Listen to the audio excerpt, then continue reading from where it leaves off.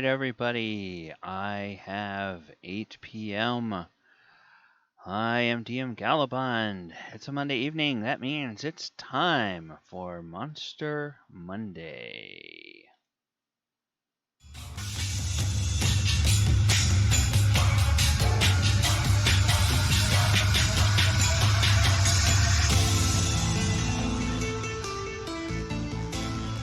All right, everybody. Welcome to Monster Monday. It's the 15th of June in the year 2020.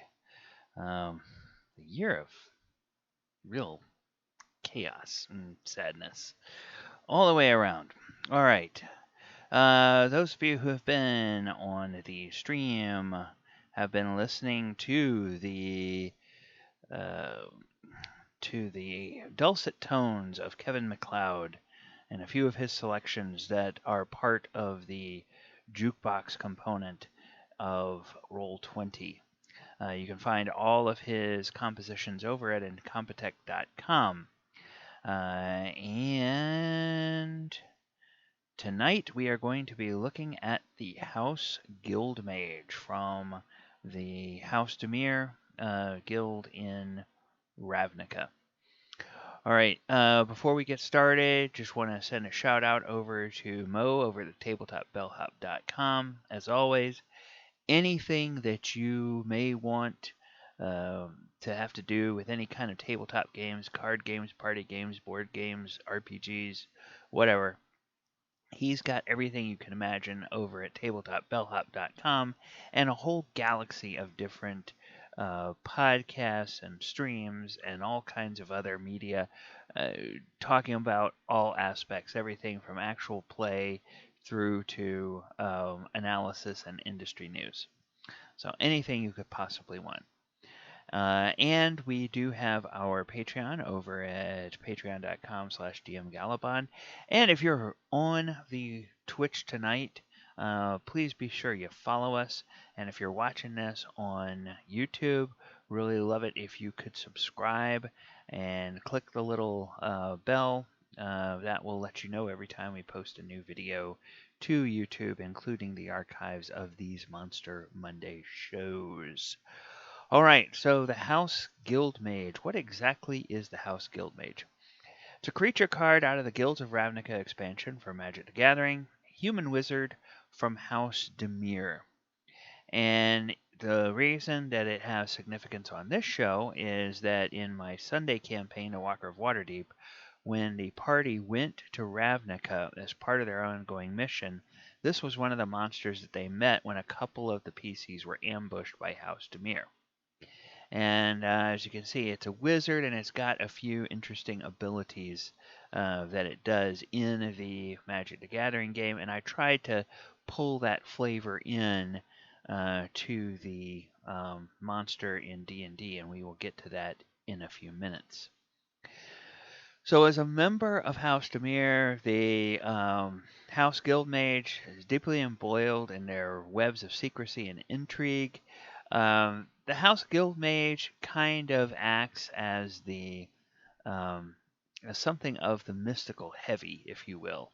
Last week we talked about the Darkblade Agent, who's sort of the master of subterfuge and intrigue, and kind of the face. Can be suave and debonair when necessary, or can be a knife in the dark when that's called for. The House Guildmage is more just a magical arsenal, command and control, if you will. And again, we'll see that a little bit later. All right, it's a humanoid, and we talk about lots of humanoids when it comes to cards in Magic the Gathering because most of the cool monsters that you fight against are humanoids. There are some crazy monstrosities and some undead and things like that, but there's an awful lot of humanoids that you run into, especially in the Ravnica set, because it's pretty much a big urban environment. And in D&D, the humanoids are all the races, basically, that can be playable as PCs. They're fairly intelligent. They usually have cultures, religions, can learn magic, and have language. And most of the time they are bipedal with 2 arms, 2 legs, um, that kind of physical morphology as well. All right, and as we have been saying for this series on Ravnica, we will eventually get to some things that aren't urban, but almost everything in Ravnica is urban. It's one of these planets that's, the closest analogy in pop culture is probably the planet of Coruscant from Star Wars, where that's the capital of the Old Republic or the Empire, where uh, it's a whole city that covers the planet. Ravnica is almost that same way. Everything that's not city is actually just kind of a Mad Max style wasteland, if you will. The ruins of older parts of the city. And the suggestion is that, over time, the city always covers most of the planet, and over time, some parts of the city fall into decay and waste, and other areas that were wasteland get built up. And then, as it cycles through over and over again, eventually, parts that are built up now will fall into waste, and parts that are wasteland will be built back up again. All right. Flavor features. Now, most of the time I try to put the flavor text from the card, but this particular card doesn't have it because of some of its abilities that are on there. So I actually went and looked for some lore about them on some third-party websites. And there's a site out there called GamePedia.com for Magic the Gathering. And they talk about guild mages. And guild mages are wizards, shamans, or clerics. They're associated with a guild. There are numerous cycles of guild mages. Each of them have 2 activated abilities. And of course, as we see here, has an ability for 1 and a blue mana, so 2 mana total. 1 must be blue. You tap it. Target creature doesn't untap, so that means that you can, limit what one of your opponent's creatures can do.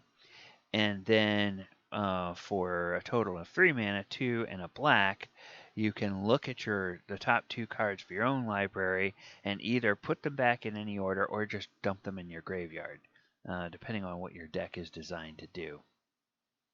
All right, so now let's take a look at the mechanical features of the House Guildmage in D&D. Now, as I've mentioned before, I have to go back to this thing. My formula that I use to determine the CR of a creature is its casting cost, which is 2, 1 black and 1 blue, and its toughness added together. So 2 casting cost and 2 toughness gives it a CR of 4. And then the stat block it's based on is the Warlock of the Archfey. So almost everything else from this monster comes from the Warlock of the Archfey, which is a CR4 monster in D&D. So it's got armor class 11 or 14 with mage armor, 74 hit points. Now that's a little bit elevated from what the Warlock of the Archfey has. Speed of 30 feet, stat block with all of its stuff here. Saving throws, wisdom 3, charisma 6. Now, it's immune to being charmed.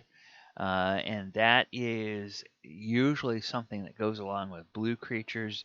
A lot of blue creatures in Magic the Gathering, they will have resistance to some kinds of effects in the game.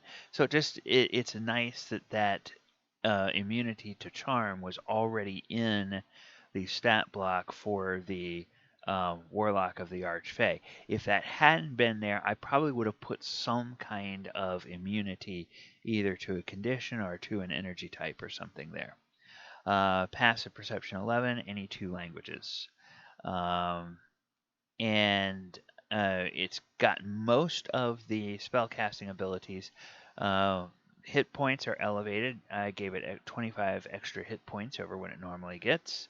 and a couple of changes match the flavor of the card from Magic the Gathering. Okay, how does it attack? Well, it uses the same basic set of attacks that the monster in D&D has. It can cast offensive spells, and it can also use a dagger. Now, the spells are innate and don't require any material components, and it's not a really great fighter with a dagger. Only a +3 to hit, and doesn't do a whole lot there. Now, I know this is kind of small because special abilities. I probably could have moved some of these to the attack page, but oh well, I didn't. Guildmage's innate spell casting ability is Charisma. It can cast the following spells, DC 15. So at will, it can do Disguise Self or Mage Armor, Silent Image, Speak with Animals. Once per day, it can do Dominate Person. Now, to me, that Dominate Person, that is kind of like the ability to control what another player can do with their card in Magic. So you remember how the Magic card has that ability where your opponent's creature can't untap. Well, by dominating person, you can, this guy can take one of the enemies on the battlefield and control them for a limited time. It's 11th level spellcaster, and then this is the so this particular monster in D&D. I kept all this stuff straight out of the D&D stat blocks. It has some innate spells, and then it has some spells that are part of its warlock, warlock build. All of the spells use charisma. Now, the interesting thing is the innate spells have a DC of 15, but the warlock spells have a DC of 14 and plus 6 to hit with spell attacks.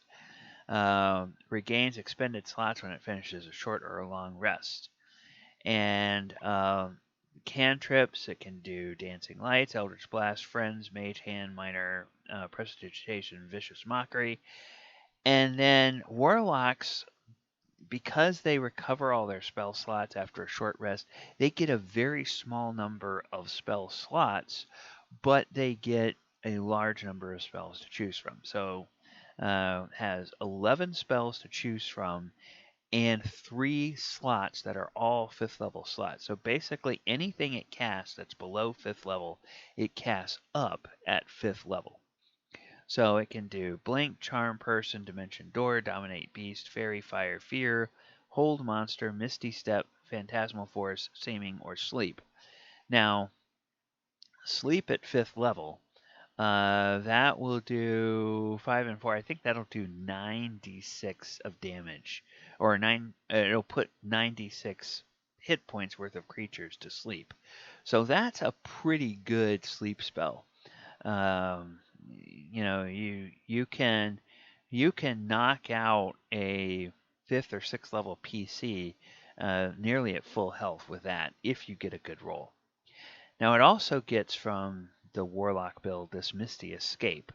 If it takes damage, the Guildmage turns invisible and teleports up to 60 feet to an unoccupied space it can see. It remains invisible until the start of its next turn, or until it attacks, makes a damage roll, or casts a spell. And in Magic the Gathering, the Guildmage, we basically reiterated the abilities that the card has here, and how really the only spell that I changed out of what the Warlock of the Archfey normally gets is this Dominate Person. Normally it gets a different 5th level spell. I forget exactly what it gets normally, but I said, okay, Dominate Person, that's a 5th level spell. That's not beyond the scope of what this monster should be able to do as an 11th level spellcaster. So I can go ahead and give it that Dominate Person ability. All right, now I've said many times I have been an aficionado and a fan of Magic the Gathering ever since the first year the game came out and I first heard about it. I've thought it was fascinating. Um, Initially, I always thought it would be something fun to do. Uh, when we didn't have time, when my D&D group didn't have time to play D&D, but we quickly learned that you had to spend as much or more time um, putting a deck together as you would actually playing a D&D game. So, you know, you couldn't just take all your cards, go over and, hang out with friends and play a couple of quick games. You had to actually spend time figuring out what you wanted your deck to do, put together cards that would do that, try to make sure they would work well together, and then play a few test games um, and see if it would actually work the way you wanted it to. And then most of the time you'd have to scrap half of it and try again. So it's just like, okay, that's just too much work. So I would buy cards off and on, but mainly I bought them for the art and to get ideas for things that, oh wow, someday I'd really like to do a D&D game that has some of these guys in it or some of these guys in it. Well, now I'm finally doing that. All right, so this card was released in 2018 in the Guilds of Ravnica set as an uncommon card. Artwork by Winona Nelson. One of 143 creature cards, one of 18 cards that requires both blue and black mana. One of 66 cards costing 2 mana to cast, and one of 35 cards in the set that has the House Guildmark. Now, House Guildmage is also one of 752 cards across all the expansions of Magic the Gathering since 1993 to have the word wizard as part of the subtype of the card. Okay, so just a little trivia about this card. It probably won't ever win you any big games at a bar, but if it does, then remember that you heard it here. Okay, now how did I use this in my Walker of Waterdeep campaign? Well, I basically said when they went to Ravnica, because there's so many guilds, it's like I can't have encounters, from every guild. So I based it on what my what my players thought their characters would be most drawn to. Because I asked them to think about this before we ever got to Ravnica, so they would kind of have an idea, and it wouldn't be something cold. And I, asked them and tried to seek players who had some experience playing Magic the Gathering themselves, so they would know a little bit about the game and the way it would work. So the House Guildmage, as we said before, was the Mystic Heavy for the Dimir allies in this alley encounter that one of my characters, or two of my players had. One PC had thought that he would probably join House Dimir, and ultimately he did. And he and another PC were out scouting the city to try to find information that was not being fed to them by the by their handlers, if you will, since they were acting in the capacity of diplomats from Waterdeep. And so while they were out and about, they got ambushed. It was more of a friendly ambush and a curiosity ambush by the House Dimir. They weren't really out to attack or kill the PCs. They just wanted to know what they were doing and see if they might find a sympathetic ear. And of course, in one of them, they did. So the guild mage was there just in case the PCs decided they were not interested in the civil conversation. And it was really the Darkblade agent, kind of that smooth face, charmer, smooth talker that was doing all the talking, and the mage was sort of there in the background just to be menacing, along with all of the other things that were in, as I said, the ambushers included 2 barriers of bones, Dark Blade Agent, House Guildmage, 2 Night Veil Sprites, 2 Thoughtbound Phantasms, and a trio of Dimir Spybugs. So it's just, they kind of were there in overwhelming force, just in case the party wanted to do anything silly. Okay, looks like we may have a viewer on, but I don't know if there are any questions. What I'm going to do, I'm going to go on into the wrap up a little bit, and then I will verify, see if there's any questions. I'll come back to that. So I have been DM Gallibond most of the time. I have 2 other shows that I do on Twitch during the week. And those are the Walker of Waterdeep on Sundays at 2:30 p.m. Eastern, and the Sword Coast Chronicles Thursdays at 8 p.m. Eastern. That happens on this Twitch channel. Then I also put archives up on my YouTube channel. I'm actually doing archives weekly as we go now for the Sword Coast Chronicles. I'm still working on the back catalog of trying to get the Walker of Waterdeep stuff up there, and the back catalog of the Essentials game that I ran, the Dragon of Icespire Peak, which was on Thursday nights before we started the Sword Coast Chronicles. Those are on YouTube, along with 7 different daily short videos that I do every week. Monster Monday is one of those, talking about different aspects of the game. So we talk about lore, we talk about specific spells, we talk about skills and feats, we talk about weapons and armor, all that kind of stuff. And you can find that over at my YouTube channel. And then this coming week, I'm going to be running a one-shot for that I wrote for a online convention called Glitch Expo. It's glitch.expo. And they're supposed to be running the 19th and 20th of June. They have, I have told them what I'm doing, told them the time slot I want. I haven't heard back from them yet on the confirmation of that time slot. And their website is still basically a link tree that's asking for people to submit for being on panels and doing things. So I'm not 100% sure if this is actually going to happen. And if it doesn't, then I think probably by Wednesday or Thursday, I will go ahead, call an audible, pick a time, and run the one shot anyway. So watch my Instagram feed, watch my social media. I'll probably put some stuff up on my YouTube about it as well to advertise that that's going on. But that will be probably Saturday afternoon.